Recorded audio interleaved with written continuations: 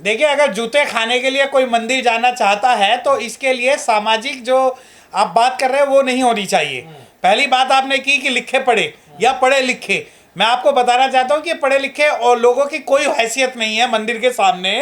जब इनके राष्ट्रपति तक को धक्का देकर भगा दिया गया, राष्ट्रपति तक को मंदिर में नहीं घुसने दिया और बाबू जगजीवन राम जी को सेना बुलानी पड़ी थी जब वो मंदिर में घुसे थे। और आज जो वर्तमान के जो हमारे माननीय महामहिम राष्ट्रपति जी हैं, उन्हें एक बार नहीं कई बार इस विरोध का सामना करना पड़ा है। और तो जब आप कहते हो इस बात को कि पढ़े लिखे लोगों को अंदर नहीं घुसने दिया जा रहा, यहाँ तो भारत के पहले व्यक्ति को मंदिर में नहीं घुसने दिया, ये तो फिर भी एक सरकारी कर्मचारी हैं। आप जैसे लोग सोशल मीडिया पर लिख रहे हैं कि इनमें 4 जूते और लगने चाहिए। देखिए, जो मंदिरों में जा रहे हैं दलित, देखिए ये बिल्कुल सही बात है कि इनमें जूते पड़ने चाहिए क्योंकि जूते खाने जा रहे हैं। अब ये कहते हैं कि बाबा साहब भी तो घुसे थे मंदिर में, बाबा साहब ने भी तो कालाराम मंदिर सत्याग्रह किया। हाँ किया, बाबा साहब ने कालाराम मंदिर सत्याग्रह, मगर वो सिर्फ और सिर्फ सिंबॉलिक प्रोटेस्ट था। बाबा साहब डॉक्टर भीमराव अंबेडकर साहब ने जब कालाराम मंदिर सत्याग्रह का महार सत्याग्रह जो हुआ वो इस कारण से हुआ कि हम आपको दिखाना चाहते हैं कि हम इसमें घुस सकते हैं, परंतु इसका मतलब ये नहीं कि वो पूरी भविष्य की पीढ़ियों को ये कह के चले गए कि आपकी जो लड़ाई है वो मंदिर में घुसने की होनी चाहिए। ये लड़ाई मंदिर में घुसने की नहीं, ये लड़ाई स्कूलों में घुसने की है, कॉलेज में घुसने की है, विधानसभा में घुसने की है, संसद में घुसने की है, पार्लियामेंट में घुसने की है। ये लड़ाई मंदिर में घुसने की नहीं है। मंदिर से क्या दिक्कत है? अगर कुत्ते तो चले जाते हैं मंदिरों में, दलित नहीं जा सकते क्या मंदिर? देखिए, कुत्तों का तो एक स्थान है, कुत्ते तो देवता भी हैं, देवी भी हैं, और एक जो है बहुत सारे मंदिर भी बने हुए हैं। रही बात दलितों की, अगर ये वन व्यवस्था को मानते हैं और अपना उसमें आस्था प्रकट करते हैं तो वन व्यवस्था के अनुसार तो समाज की लड़कियां देवदासी भी बनाई जाती थी, वन व्यवस्था के अनुसार तो सती प्रथा भी थी, वन व्यवस्था के अनुसार तो कान में पारा डालने की व्यवस्था भी थी। तो आप जो पिक एंड चूज करते हो कि भाई आज हमारा मान हो गया, आज हमारा सम्मान हो गया तो हम जा सकते हैं, तो आपको वन व्यवस्था के हिसाब से रहना होगा, वरना आपको बाबा साहब डॉक्टर भीमराव अंबेडकर साहब का जो पथ है, जो सपना है, या जो उनके जो दिशा निर्देश थे उनका पालन करना होगा। पर अब तो संविधान है ना देश में, बड़ा व्यवस्था थोड़ा ही है। कि किसने कहा? अगर संविधान है तो संविधान का मतलब ये नहीं कि आपकी जो आस्था है वो संविधान से ज्यादा बड़ी है। संविधान आपको जो मौलिक अधिकार देता है उस मौलिक अधिकारों के हिसाब से आपको पढ़ाई भी करनी है, समानता की लड़ाई भी करनी है, रिजर्वेशन की लड़ाई भी लड़नी है। परंतु अगर आप संविधान को लेकर मौलिक अधिकारों में से बस ये मानते हो कि हमने जो, जैसे कि आजकल बहुत से लोग करते हैं कि भाई उन्हें हर जो उनकी जो प्रतिष्ठा का जो पैमाना है वो मंदिर है, ये आज इस समाज की प्रतिष्ठा का पैमाना मंदिर ना होके स्कूल, कॉलेज और ये संसद है, ना कि सिर्फ मंदिर। अगर आप ये सोचते हो कि मुझे जो है नौकरी मिल गई और मंदिर से मेरा भला हुआ है, तो ये जो नौकरी लगी है वो बाबा साहब डॉक्टर भीमराव अंबेडकर साहब के संविधान की बदौलत है, मंदिर की बदौलत नहीं है। तो मंदिर तो सबके है ना, कोई भी जा सकता है वहां पर आशीर्वाद लेने। देखिए, नहीं, बिल्कुल, अगर आप वन व्यवस्था में विश्वास रखते हैं तो आपकी जो वन व्यवस्था के हिसाब से आपको काम करना होगा ना।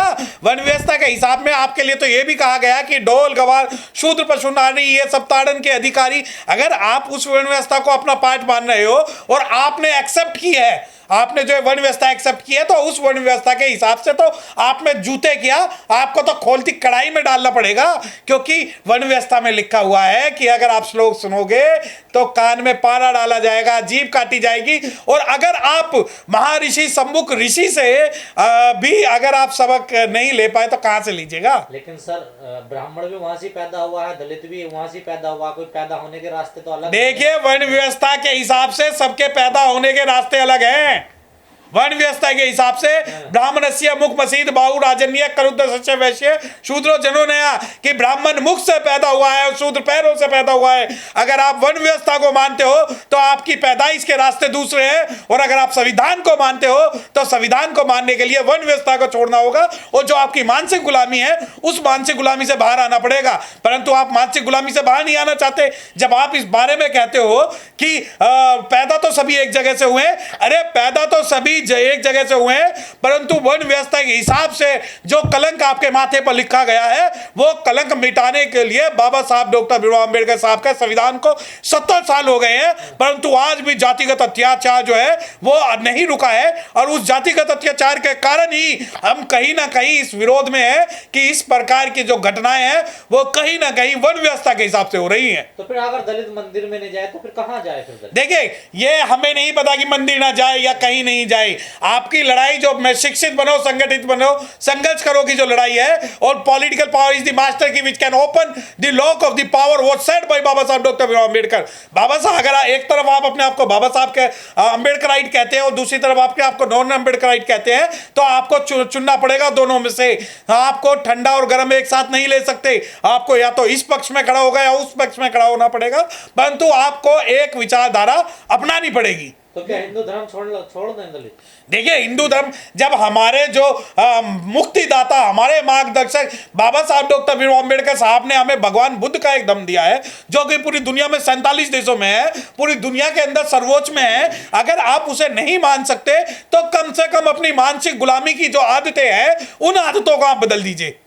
लेकिन सर, मोदी जी जो लखनऊ जाते हैं तो सफाई कर्मियों के पैर तो धो लेते हैं, वो भी दलित हैं। देखिए, बकरे को काटने से पहले उन्हें खिलाया पिलाया जाता है काजू बादाम।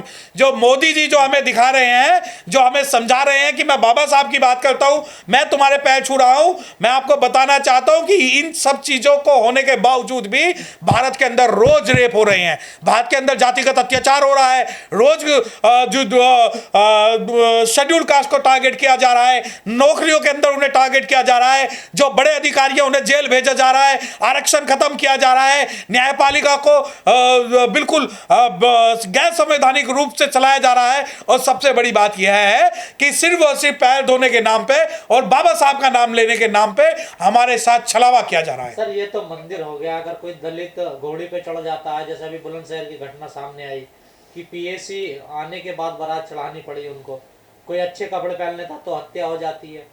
देखिए, मैं वही बता रहा हूं कि आपकी मूंछ आएगी तो आपकी हत्या होगी, आप घोड़ी पे चढ़ोगे तो हत्या होगी, आप अच्छे कपड़े पहनोगे तो आपकी हत्या हो जाएगी। और जो मेघवाल साहब की, जो जितेंद्र मेघवाल की जो हत्या हुई, वो सिर्फ और सिर्फ फेसबुक या सोशल मीडिया पे पोस्ट के कारण हुई। तो हत्या के लिए इनके लिए कोई पैमाना नया नहीं है। ये तो हमारे लोगों को आज भी गाजर मूली की तरह देखते हैं। और मैं आपको बताना चाहता हूं कि इस लड़ाई में आज हम अकेले हैं, और इस लड़ाई को लड़ने के लिए सिर्फ और सिर्फ हमारा समाज खड़ा होता है। और जो अपने आप को प्रोग्रेसिव बोलते हैं, जो हर मुद्दे पे उनके साथ खड़े होते हैं, वो हमारे साथ कभी लड़ाई में खड़े नहीं होते।